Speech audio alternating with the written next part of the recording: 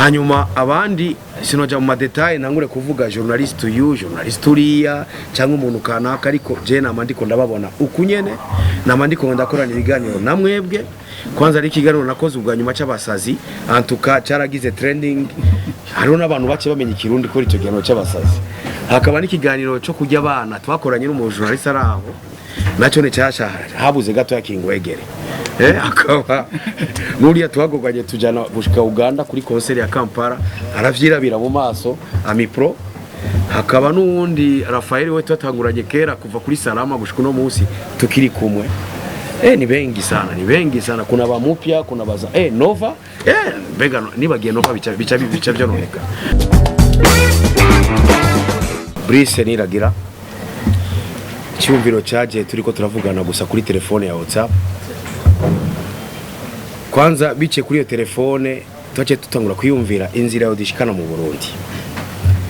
hanyuma hacaza ikindi kintu turiyumvira tuti noni concert tuhite gute amazina menshi yaraje mu mitwe yacu mara tuyite magendera concert rero cyatugira imana hari ibihugu byatangiye kugurura imbibe turi mu nzira twumvise ko Uganda yuguruye hejuru no hasi turizeye ko na Kenya ica yugurura hanyuma n'ibindi bihugu bikurikira sasa rero sinoheza nashimiye kwanza bamenyesha makuru umusada wanyu ushobora kuba utari w'amahera ngo turawubona ariko cyama biboneka kuva dutangura kuririmba gushika no munsi yuko le journaliste ategereza kuba ari ngaho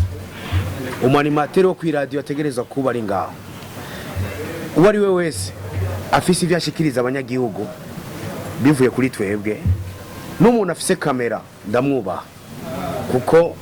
tumaze gutahura yuko mwebwe mutari aho inyuma y'ivyo vyuma by'abazungu akazi kacu kaca kagenda hovyo nikageriyo kageze kuri ivyo murakoze cyane uwa kabiri ni banko butuamye dukorana kuva muri 2013 muri mwebwe hariho abo twakoranye kuri Buja Summer Fest yabere kuri Efinya Kabiga banko bubaje nk'aba sponsor bashigikira ku muntu utawanyuma kuva ico giye gushika no munsi uko dupanze ibintu bafuye kumva gusa yuko ari twebwe tubikoze bama baca baza kuri ivyo nabashukuru sana ndabashimiye kabisa bivuye ku mutima ibi bitu nibi bishaza kwa vibaya muri 2010 je nagenda Dar es Salaam kenshi amateriye yarakozwe arakogwa finalement Imana irabishura ubu murabona yuko benshi mu artiste nga bifuza yuko boja muri kiriya kibanza hari bova nga bakaja kuririmba hari pourtant hari yabikora kuri mwebwe même les musiciens bavuza mu orchestre yabo aba musiciens bavuza hari barabarundi je no banga ama exemple menshi aba musiciens bavuza live bakavugiriza TID Lady JD Banana Zoro barabarundi benshi bari bavuye nga hasa hiyo kitu hiyo gloire mnataka muiue vraiment muiue tu sababu ya kujipiga kifua kila mtu kabona vimba ba musiciens kabona vimba ba journaliste kabona vimba sasa hivi ni vitu gani bajya bakora ama evenement bakazana ba artiste bo hanze bikaca bizana amajambo bumenga barazi ukuntu babicisha barazi inzira bicamo Jenny baza yuko ayo mashirahamwe yodufasha akatubwira ati reka dukore seminar dukore atelier tubabwire ku ma evenement muturondera abahinga muri mwebwe bitarimo amanyanga tubigisha ukuntu muzora musaba ama sponsor kuko ivyo maze kumva vyinshi aba artiste bari ngaha barababara yuko badashigikirwa kandi nivyo je mbora ndabibona yuko bigoye ukabona ama concert yakozwe peut-être ni manque de confiance y'amashirahamwe adufitiye ariko biratanguye kuza ivyo tuvyemere kandi tuvyemeranye hasigaye ko twebwe tubasaba tuti twosaba gute basi kugira ngo muze murashigikira ibintu localement ariko namwebwe umwanya munini mwa muri kuri radio mutanga soutien ku artiste bo hanze rero amashirahamwe acavuga ati nimba ari bo bavuza ku radio reka dufasha bonyene kuko umenga n'amaradio yarabemeye aho je nibaza ko bigenda gutyo so Brarudi canke Bankobu canke baba bashaka kuraba ujya muntu bazana agacanyura abanyagihugu biciye kuri mwebwe kandi urumva bwa bundi ingufu zifise mwebwe ni mwebwe mudesida muti mbo bimeze gutya reka dushepinge industry y'abarundi ya entertainment iduze amashiramwe acavuga ati gushiko kuvubu navyo kwikora kandi ku banyamahanga reka dukore kuri aba bonga kuko barakundwa ni wabo je nibaza ko bibavako uyo munsi ro bihakazogera kuri yo nifu muvyumvamo bikava muri mwebwe